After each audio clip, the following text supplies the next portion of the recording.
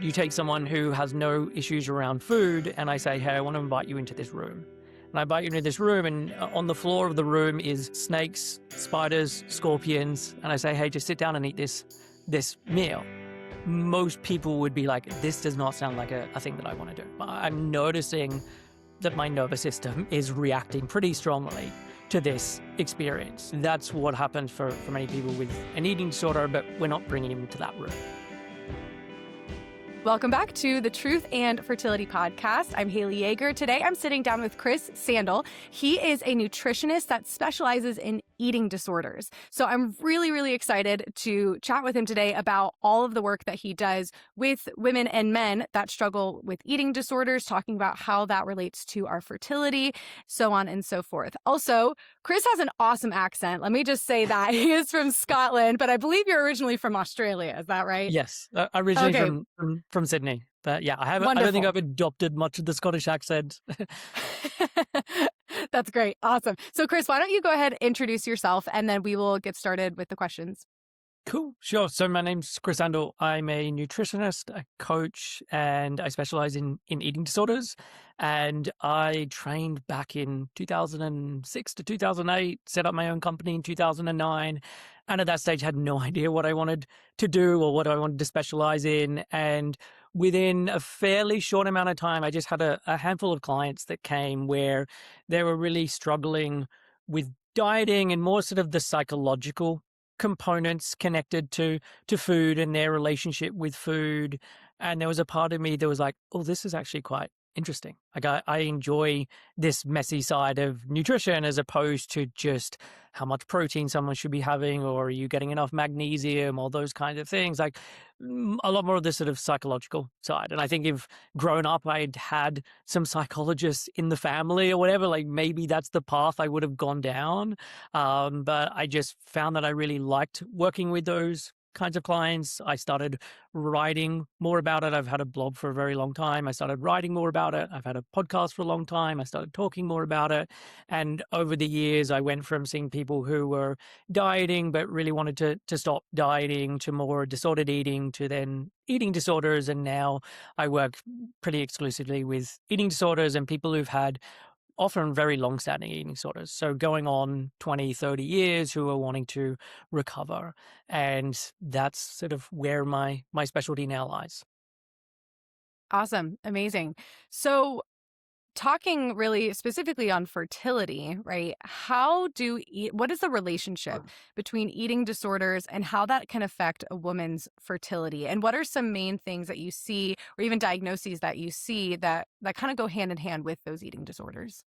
Sure. So I think there can be a lot of stereotypes or misconceptions around eating disorders and what eating disorders are. And look, there's lots of different types of eating disorders, but if we're sort of taking a bigger picture and simple view of them, there's a couple of things that are very common with all eating disorders. And what tends to happen is that people get into a lower energy state, meaning that the body is not getting the amount of energy that it needs to be able to function adequately.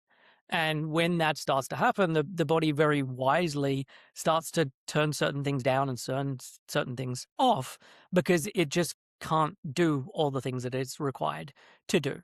So eating disorders are often very much, and so many of the symptoms are being driven by the fact that the body just doesn't have the capacity to do what is being asked of it. And if we think about something like reproduction, that requires a fair bit of energy. And it requires a fair bit of energy to obviously for a woman to get her monthly cycle and for that to happen. But in the instance that the woman gets pregnant, like that's then a lot of energy that is then used to carry that baby to term, to then breastfeed that baby. I think the estimates is somewhere around like 80,000 extra calories across the pregnancy, and then somewhere around 500 to 1,000 calories to breastfeed each day. And so that's a lot of energy that the body is then going to be asked to use. And so very wisely, if it's feeling like there's not enough energy available to be able to do those things, it then starts to turn that down, meaning that someone is having anovulatory cycles, so they're having a period, but they're not actually ovulating, or the cycles just completely cease because the body just isn't wanting to put energy into that. And that happens with all systems within the body, whether it be digestion, whether it be bone health, whether it be like everything is just the body starts to triage. And it's like, okay, we're now focusing much more on short-term survival in terms of long-term health. And so what are the things that are most important for us to get through this day, as opposed to what would be good for our longevity, or what makes most sense in terms of passing on our genes to the next generation. Okay. And, you know, this is something I've heard, but I want you to go more in depth in explaining the reason why for this is that when our body doesn't receive the amount of energy it needs, especially for pregnancy and breastfeeding. I mean, that Yep. in and of itself, I've been pregnant 3 times, I've breastfed 3 times, and I'm just like constantly eating and drink because it's so much energy that your body is expelling. Now, why is it though when your body isn't getting the energy or the nutrition that it needs? Why is fertility one of the first things, or maybe if not the first thing, that shuts down? So I'll just say that it's not the first thing that shuts down for every person. So I've worked with people who are in the depths of an eating disorder and in a really depleted state, and for whatever reason they're still getting a period. And that their body, I talk about the fact that we all have our genetic strengths and weaknesses. And for whatever reason, their body just keeps going with that period, even when other things are really shutting down. So I don't want to say that it's always the first thing, because there are going to be different variations, and different people will have different experiences. But it tends to be one of the earlier things that gets shut down. And part of that is, one, what I talked about before, is like it's going to be a really big energy drain if someone gets pregnant. And so the body thinks, okay, well, we really want to take out that as a possibility of that thing happening. And then two, as I said, you're just starting to focus much more on survival. And so if we're thinking about survival, reproduction is just not important at that point. And so we're going to take out those kinds of things that feel really like extras right now. And we're going to focus on the things that are more important to get you through the day. Yeah, and that makes sense. Like we don't have to reproduce in order to live, well, for our Yep. our own body, and so that makes sense that it wouldn't that wouldn't be the first, or that would be one of the first things for some people that Yeah. is just quote unquote no longer necessary. So that Yes. does make sense. I want to back up just a second because I realized, you know, we're talking about eating disorders, but we haven't really even discussed what even that is. So Sure. what would you classify as an eating disorder? And I mean, for me, I'm thinking of the 2 main ones that I think everybody really knows about, which is anorexia and bulimia. Yeah. But can you go into those, and then what typical eating disorders do you see are the most common, and especially maybe the ones that do affect fertility? Can we define that first before we continue on? Yeah, sure. So when I think of eating disorders, again, if we're just starting bigger picture, eating disorders are biopsychosocial, meaning that for someone to develop an eating disorder, there is a biological component that goes into that. And so as part of that, there is a genetic component. So people who, for example, if you're going to develop anorexia, there are some genetic traits that are more likely to make that happen. Because, for example, for you take 100 people and you get them to eat very little, about 90 of those people within week 1 are like, I'm done. This is just not fun. We're not doing this. And there is no drive to keep doing that. For someone else who has the genetic predisposition, for them, that feels different. Maybe there's a calmness that comes about by doing that. Maybe there's a euphoria that comes about. Maybe it starts to lower their anxiety doing that. And so there's something that then reinforces doing this thing, at least in the short term, where it feels like, oh, this actually helps me. And so having the genetic components and having those sort of biological pieces is part of it. Then there's a psychological component to it. And again, there can be some different traits that someone can have. And if you look at people who often develop eating disorders, there can be more perfectionism, there can be higher anxiety, there can be these things that predate the eating disorder that make it more likely that someone can develop it. And then there's a socialization component in terms of, okay, what was going on in the household that you grew up in, or the school that you're going to, or what you're consuming in terms of social media, and what is being shown to you as being something that we value, or we need to be careful around the foods that we eat. And so all of these things can then combine to lead someone down the path of an eating disorder. And you're right. I mean, I think most people know of anorexia, or most people know of bulimia, but there are lots of different types of eating disorders. And I don't think we need to spend a ton of time going into this. And a lot of that is because, from my perspective, so many eating disorders in a lot of ways are the same thing. It just presents a little differently. So for some person, okay, they're able to keep up the restriction more, and so they get diagnosed with anorexia. For someone else, they can keep it up for some of the time, but then it ends up turning into binges, and so they're more getting diagnosed with binge eating disorder. For someone, it ends in binges that also then are followed by purges, and so they're getting diagnosed with bulimia.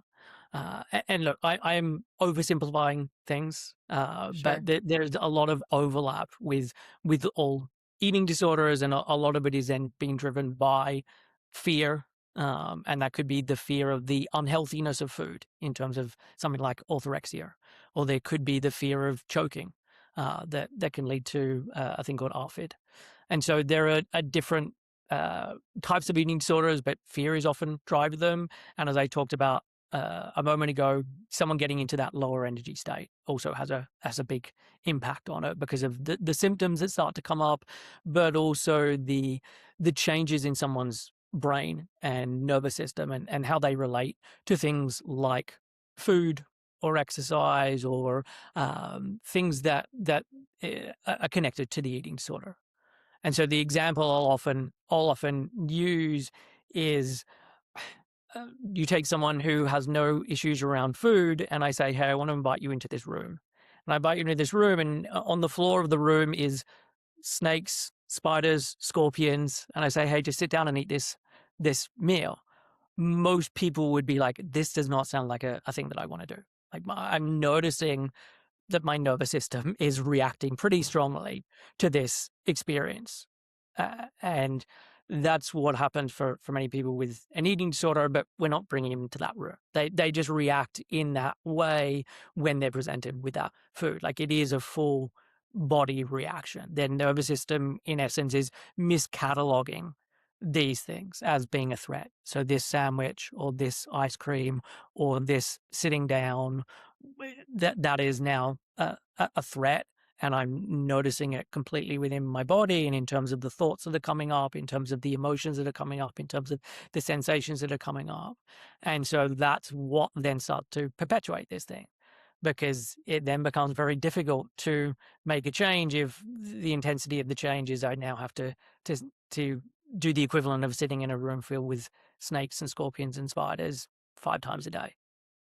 And Yeah, the thing I just want to make clear is sure. that I truly believe in full recovery. Like, people can get to a stage where that's just not how it is. It's not that someone has to then white knuckle that for the rest of their life. It's just that's the state that the body's in, and when in that state, that's how the brain and the mind and the nervous system are then reacting. Yeah, yeah. I really like that analogy that you use, because for anybody who doesn't has never experienced an eating disorder, I think that really helps put it in perspective of Yeah. what's going on in somebody's nervous system when they see food, when they deal with food, when they eat food, when there is a disorder like that. So I do really appreciate that analogy. And I do want to get to, because you said you believe in full recovery, and I want to Yeah. get to that. But before we do, I want to kind of hit the middle ground really quick and talk about what are some of the main things that you see maybe when a woman has an eating disorder, how that affects her fertility. I know HA and REDS are two things that you mentioned previously when you and I were chatting earlier. But can you explain what those two things are? Maybe or if there's more, talk about that. Like, what are some ways that those eating disorders can affect a woman's fertility?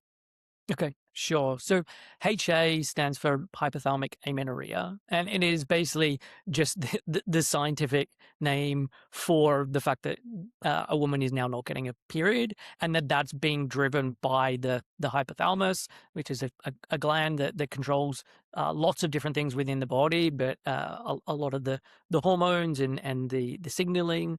And so the body, as I talked about earlier, has decided, hey, we're not going to get a period, or we're not going to prioritize reproduction because it's just not important right now because of the amount of energy that we have coming in. And so there's a thing called RED-S, which stands for Relative Energy Deficiency in Sport. And this used to be, if you go back 10, 15 years ago, there was a thing called the female athlete triad. Is this something you've heard of before? Do you know of that or I've not? definitely heard of before, but you'll have to explain it. Okay, I so have the, heard the, that phrase before, though. Yes. Sure. So the female athlete triad was a thing that they noticed, and it's a triad because there are three things that are going on as part of this. And so this was something that I identified within athletes and within female athletes, where they would have not enough food coming in, so under eating, and under eating is a relative thing. So people can be eating a quote unquote a lot of food, but given the demands that are being asked of the body in relative terms, it's not enough.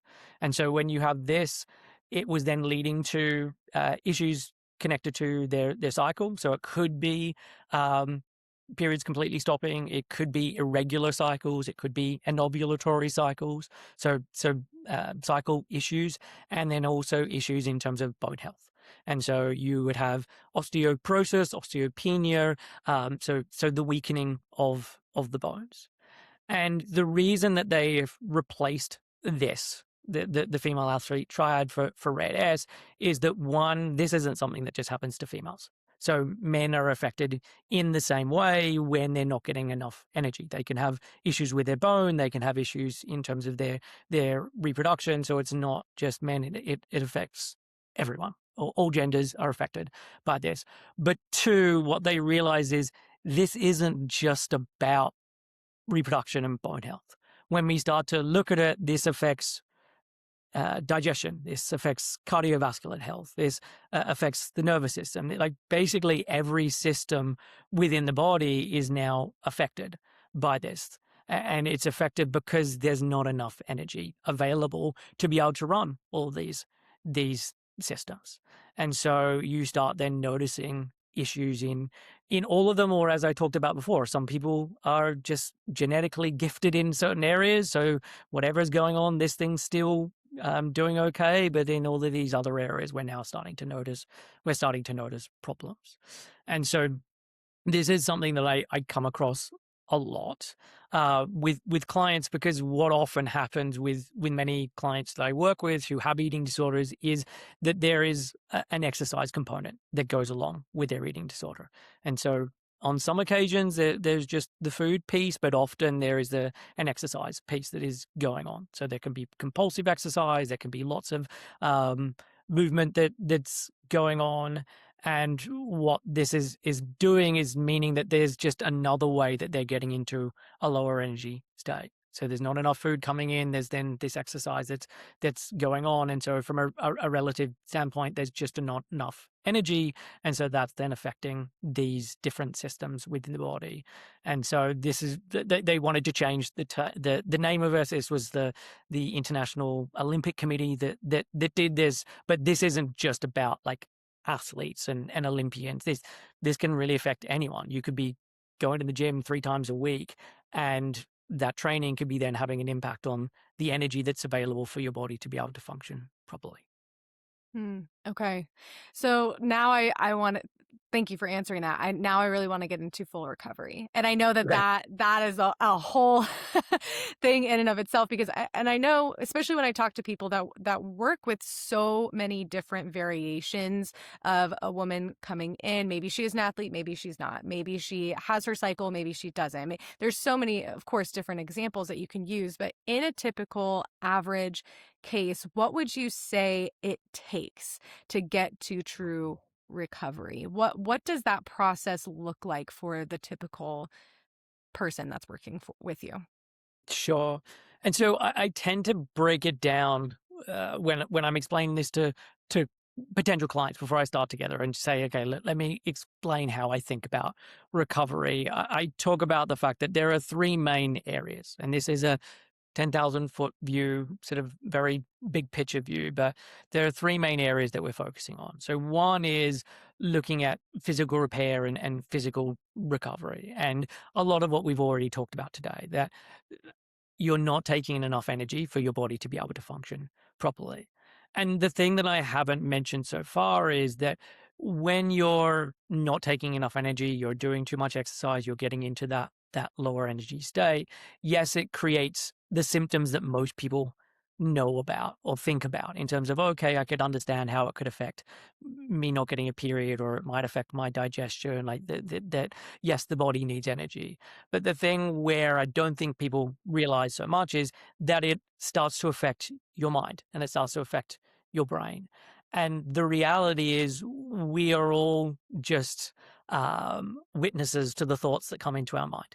Like whatever naturally arises in us is what kind of comes into our consciousness. We're not the thinker of thoughts. We're the noticer of thoughts. Like even as I'm speaking here, like I don't know exactly what's gonna come out. Like it just comes out.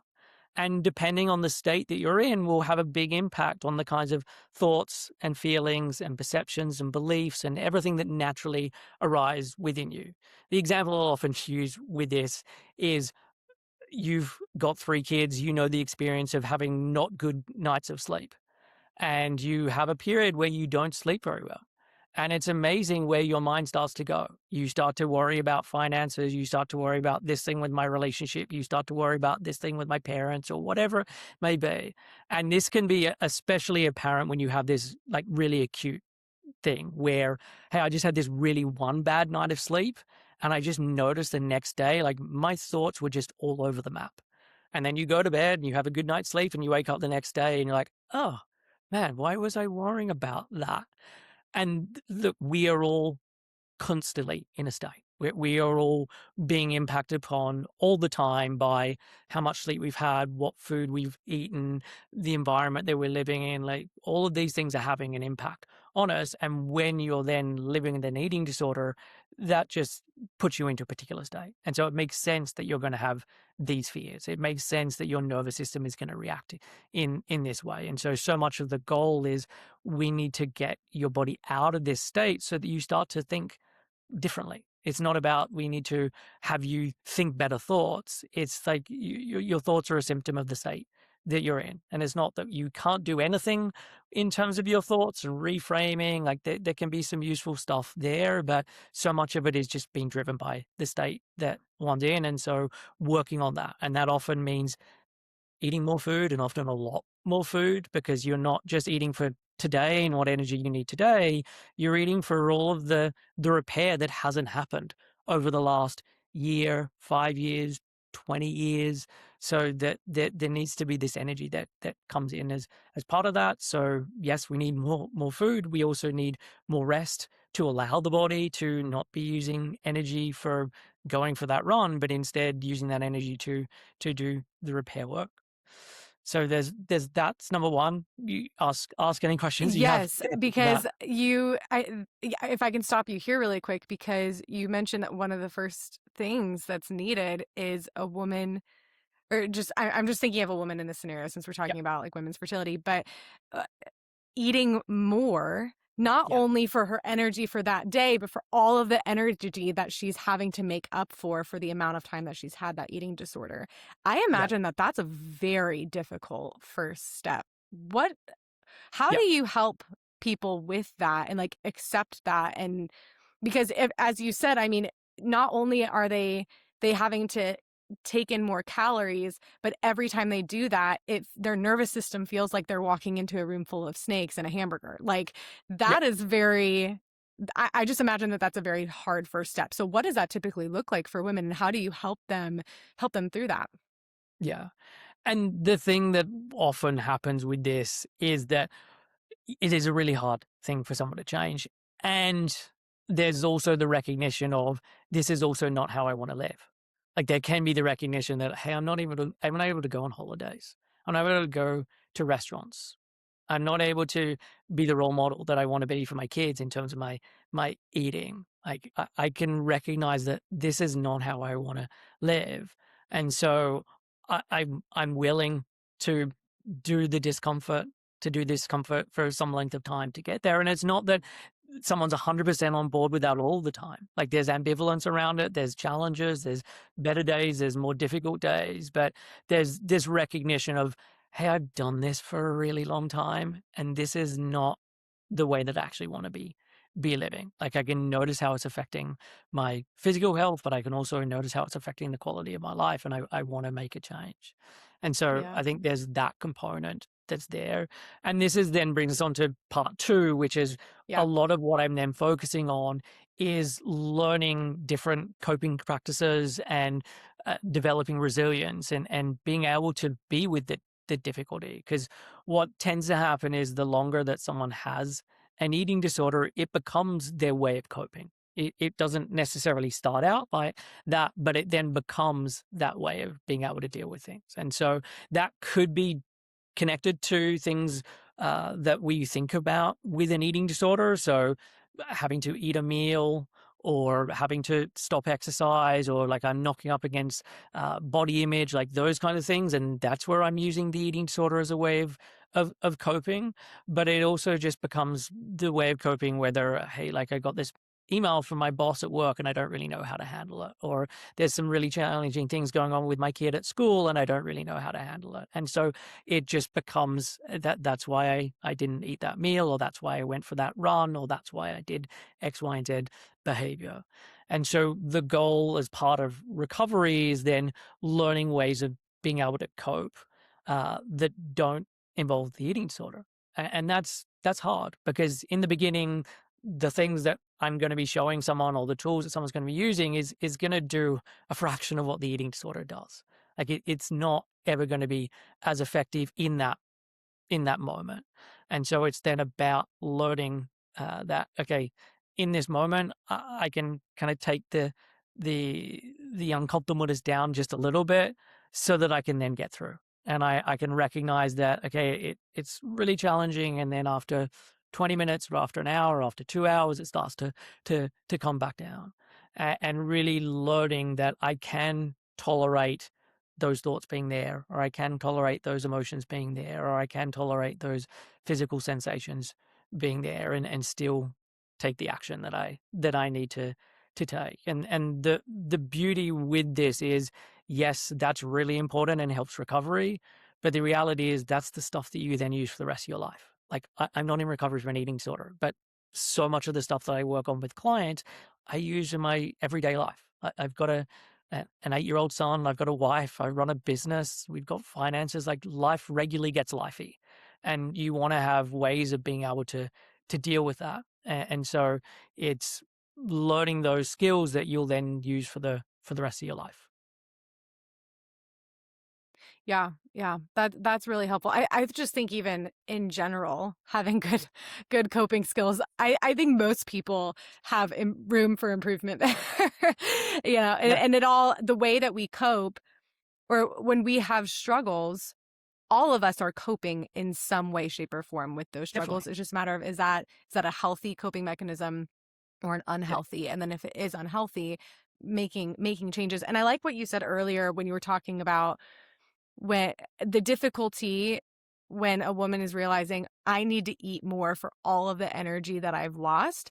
Not yeah, only is it just right, like it, kind of, you got to get over the hump of, with that said motivation of recognizing what I am doing right now, I don't want to do anymore. And I feel like yeah, that's even just the first step of recognizing there is something wrong and I want to fix it, and having that Yeah. motivation to help through that. And so that can help with the requirement of eating more, just taking in more food and having better coping mechanisms and so on and so forth.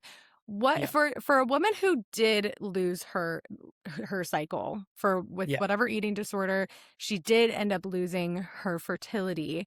What does it take for the body to say, okay, we can resume this now? Like we like how, first of all, how long does that normally Yeah. take? And I'm sure that varies, but how long is maybe the average that you see it take for a woman's cycle to return? But then even with that, what does the body have to realize in order to say, okay, I'm safe enough to have a normal cycle now? And that even goes with saying your body saying, I'm safe enough to get pregnant now because Yeah. I have that energy. So what does that normally look like? What does that take? Sure. So I just want to talk about the final piece. Yes, I said there were please three pieces. do. I'll talk about Yes. that, and then I will Yeah, then answer that question absolutely. for you. So yeah, the final piece that I'm then working on is how to have someone's life expand and to bring more life back into their life. Because typically what starts to happen when someone has an eating disorder is that either things completely fall by the wayside, or specific things completely fall by the wayside in terms of I used to see that friend, but I can't anymore because we used to always go out for dinner and I just can't manage doing that. Or I used to like doing that hobby, but I just can't because that involves sitting down and that's just too difficult. Or someone's able to do an eating disorder version of that thing of like, yes, technically I can go to a restaurant, but I have to check the menu in advance and I have to then order the lowest calorie thing. And before going there, I have to not have the lunch and then I have to compensate afterwards. And so there's all of this stuff that has to happen. And it just means that someone's life just gets more and more rigid, gets smaller and more shrunk. And there's just this real psychological inflexibility that is there. And so much of what recovery is about is then how to bring more life back into someone's life, because part of that then is reinforcing why someone's doing recovery. Because there's this real counterintuitive thing that happens that the more and more that life falls away and falls by the wayside, the more that the eating disorder then becomes important. Like if everything else is falling away, like I need to hold on to this thing even tighter. And so the more that someone can then bring more things into their life and have these different experiences, it can then start to feel more like, well, I don't need this thing as much anymore. And again, I'm simplifying it massively, and there's a process that people go through connected to this. But if I'm thinking from a bigger picture perspective, the more that someone's able to see that I've got this thing going on and this thing, and I enjoy this, and I'm getting meaning and purpose from this thing and that thing, the more that continuing to do this thing or going back to doing this thing just starts to fade away. And so it's just really, when I'm working, it's a combination of all those things that we're working on, whether it be about the energy balance, whether it be about the coping skills, and whether it be about someone's increasing their life. Yeah, And I so love that. Yeah, get it. So now get into to, it. What to, is, to come so back you to the talked about the three things. Yeah, the three yeah things of what recovery looks like, what's necessary for recovery. And now actually talking about how recovery actually happens with those three things implemented. So the first one being, going back to my question earlier of, yeah what does it take for the body to say, okay, we can start ovulating again? Yeah. And so I can't give you an exact, it takes this amount of time, because it really depends on, one, how long this has been going on, two, where does the body prioritize reproduction for that individual, three, how quickly is someone making an actual change? Like, yeah, are you making these very tiny, minuscule changes? Are you being like just ripping the band-aid off and going headfirst into this thing? And so it depends. I mean, I've had clients where within a couple of months they've got their period back, and I've had clients where it's a year in, and it's that's when it starts to come back. And the thing I really want to make abundantly clear, because I think this can also be a tricky point in recovery, is there can be this misunderstanding that if I'm getting my period back, that means that I'm fully recovered. And I'm like, that does not mean you're fully recovered. All it means is your body is choosing to prioritize reproduction at this point. It doesn't mean that things are fully recovered at all. And the thing with so many reproductive hormones is that they're not just about reproduction. Like they're important for bone, they're important for cognitive function. So there's lots of other reasons why the body might want to bring those things back online, for someone to function outside of just reproduction. And so I'm saying this because I've had lots of clients where they get back their period, and that then becomes this real stumbling block in recovery, because they're like, well, I've obviously done enough. I don't need to be eating what I'm eating now. I don't need to be resting in the way that I am now. I've done all of that. And it's like, that's not actually what's going on. And even for someone who has got that back their period, and look, this becomes a little tricky because I know that people are in different stages of life, and but just because you got your period back doesn't necessarily mean like, oh, now's a great time to get pregnant, because you could still be in a huge amount of debt, and there could be still a lot of repair that the body's trying to do because of that energy debt that has been built up. And as I talked about earlier, pregnancy then requires a lot of energy. And there can be lots of clients and lots of people where actually getting pregnant was the thing that spiraled them back into the eating disorder. Because if you're having the first trimester where there's a lot of nausea, where there's real difficulty eating, you very unintentionally get back into a place where you're just not getting the energy that the body and mind and nervous system need, and it's can be almost like a switch just gets flicked, and it's like I'm just back in that way of thinking. I'm back being afraid of this food or that food, etc. Yeah, and that makes a lot of sense too, because I mean, obviously, it's probably it's a good sign when a woman's cycle Yeah, returns, but it's not the sign that everything is done and you're good. And also yeah, too, I think with anything, when we have a goal and we're trying to do work to get to that goal, I think it yeah, just in the human condition we have a tendency to, once we get to that goal, we think, oh, okay, now we're good. I can go back to normal. But there's yeah, no staying still. Like we're either moving forward or we're moving back. And so definitely. it makes sense that, okay, we're actually having to continue that work. Maybe having the period means, okay, this is great.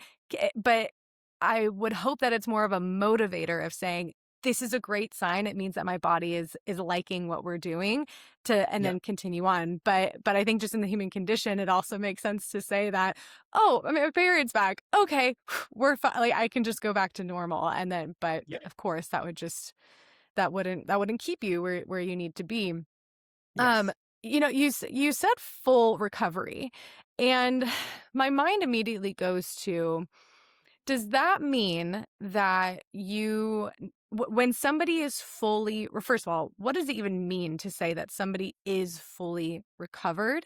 And a yeah, kind of follow-up question to that is, does that necessarily mean that it's like they never had the eating disorder, that they can just move on with their life? They don't have to worry about those crazy thoughts or their nervous system going crazy? Or is it more so they have those coping mechanisms now to when they face that fear or that nervous system heightening, yeah. they have the tools to work with that. So yeah, what does that full recovery look like?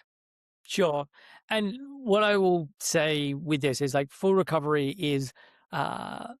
isn't something that happens very quickly. And typically when I'm working with someone and they're at a point where they think like, oh, it feels like I'm fully recovered, my response was always like, add another 18 months or 2 years, and then let's see how you're doing.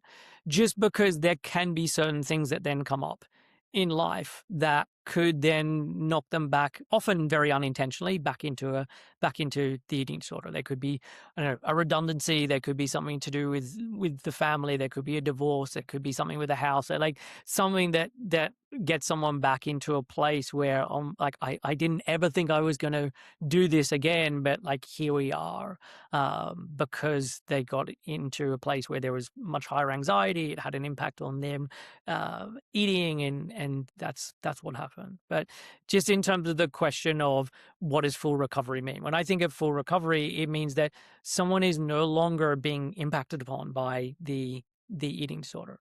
Like so much of what happens when someone is struggling with eating disorder is there's all these different thoughts that are going on. There's thoughts about food, there's thoughts about body, there's thoughts about calories, there's all of this just pretty constant noise that happens. And when someone is going through recovery, the annoying part is in the beginning that stuff gets worse, because you're going against what the eating disorder in essence is asking you to do, and so it can get louder. And as someone goes further and further along in recovery, that starts to quieten down, but also you're just less impacted upon by that. Like, yeah, I've heard that before, but I've also just continued to do what I was going to do anyway. And so with time, those thoughts just get quieter and quieter and quieter until they're just not there anymore. And so when I think about full recovery, someone is able to live a life as if they never had an eating disorder. And so it's back to, okay, how you were before this all started. And for some people, before this all started, there was still some pretty disordered stuff going on connected to food or their body or stuff that was handed down from their parents, etc. So, hey, we continue to do the work so we get to that new place.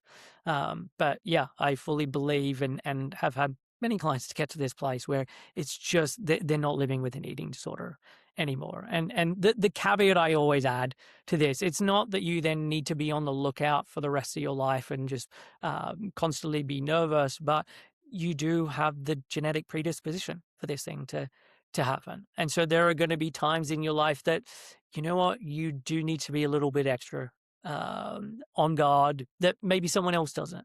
And so like an example, like there could be someone who passes away, a loved one, a parent, and there could be some real grief coming up like that. And it's very common for people in those situations to just not eat as much as they usually would, because the grief is getting in the way of someone's appetite. And for someone who's had a history of an eating disorder, I'd say those are the times where it's like, okay, you do need to be a little bit more on the lookout for that, because it's very easy to unintentionally get back into a place where the undereating is created this low energy state that is then sort of turned that back on. But outside of those situations, for all intensive purposes, that person doesn't have an eating disorder. Yeah. It does make sense that they still have to be on, especially in high stress situations like a death in the family, or as you mentioned earlier, like a divorce or whatever it is that can bring up those, what you are already in your genetics, you're already more apt to cope in that way, that looking like an eating disorder. So let's just say they've gotten to the point where they are fully recovered. They've been working with you. They're fully recovered, but down the road, they do have a death in the family. And it's a very high stress event. What are some of the things that they should be looking out for? And what would your best advice be to continue with those healthy practices? So it would be, you know what, I'm going to make eating a non-negotiable.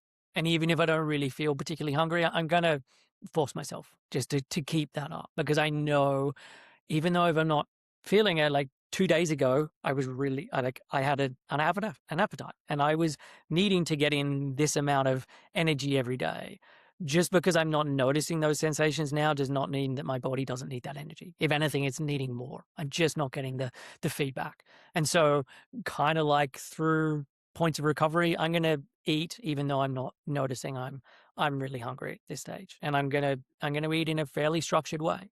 So I might go back to, you know what, we're just going to have 3 meals and 3 snacks each day. Even if I'm not that hungry, I'm just going to do that just to make sure that I don't get back into that place. And I think that would probably, like that alongside getting any therapy or support or emotional support or practical support in terms of um, things connected to, if we're using this example, connected to the funeral, or connected to sorting out the house or whatever it may be. Like I'm going to get those kinds of support, but from a eating disorder protection side of things, it's really like, how do I stay out of that lower energy state? Yeah, and I like what you said too about just keeping a structure, like making sure no Yeah, matter what, you're getting those 3 meals in, you're getting those 3 snacks in. I think that that's incredibly helpful advice. A question popped in my head that I probably should have asked earlier, especially when yeah, you talked about how when a person is first starting to recover, they need to eat so much more food to make up yeah. for all of that deficit. When does that is that how things just continue to look because they've had such a deficit? Like that's for years and years and years that they are having to take in way more calories than maybe even the average person, or does it start to balance out over time to the point where they are just eating a regular eating for the energy that's required for that day? Like what does Yeah. that timeline look like?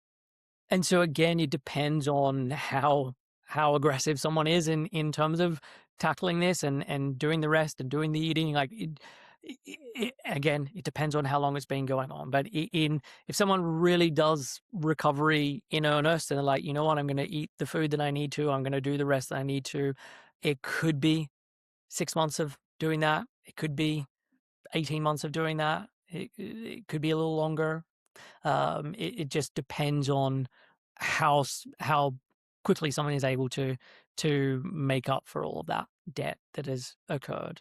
And there's a fascinating study called the Minnesota Starvation Experiment that was done in the late 1944 to 45. It was done around the end of the Second World War because there was huge amounts of the world that was going to be in famine due to the war that had just gone on, and they were wanting to understand like what happens when the body goes into famine. How do you refeed people to get them out of this thing? And they did this very extensive study on this. I can share the link. I've done a number of podcasts on it, but I did a very detailed podcast on it, Yeah, that'd be and great. a lot of our understanding around eating disorders and eating disorder recovery is built off of that, and the physiological changes that then took place as part of someone getting into that depleted state, but also someone then eating the food and recovering as part of that.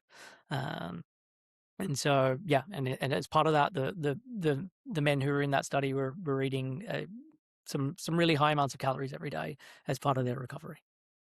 Yeah, yeah. So it's not necessarily a forever thing of having to have such a high intake of food, but it is until your body has gotten to an equilibrium almost, right? Yes. You said to recover from that debt. So yeah, Yes, it is. that The, makes the lots of one thing sense. I would add, though, what I've noticed again and again with clients is that often their baseline needs before the eating disorder is higher than the average person. The amount of times people have said, "Oh, I used to out eat my brothers," or they're like the guys from the football team would come over and we'd always eat, like I'd be able to eat more than them. Like this is a really common theme that I've seen with clients. And so what this means is that after your eating disorder, that's still going to be part of you. And so it's not, oh, I go back to doing what everyone else in my department at work eats. It's still, hey, I need to eat what is important and necessary for me, which could be higher than the average in the population. Yeah, that makes a lot of sense. Chris, if somebody wants to work with you, how can they find you? So the best and easiest way is to come to my website. It's seven, so the word all spelled out, SEVEN hyphen health.com. And there you'll be able to find everything. I've got a long-standing podcast. I'm also on Instagram, which is at Seven Health Company. I put out quite a bit of content, and so yeah, if you come, that's where you find me. I have a free mini course that people can take, which looks at the first 5 steps in terms of getting started with recovery and gives people different tools that they can use, and that can give people a bit of a flavor of how I work and some of the things that we would focus on, and then we can go from there. Awesome. Chris, thank you so much for being on the podcast and sharing all of your wisdom. This has been an awesome conversation. You're very welcome. Thank you for having me on the show.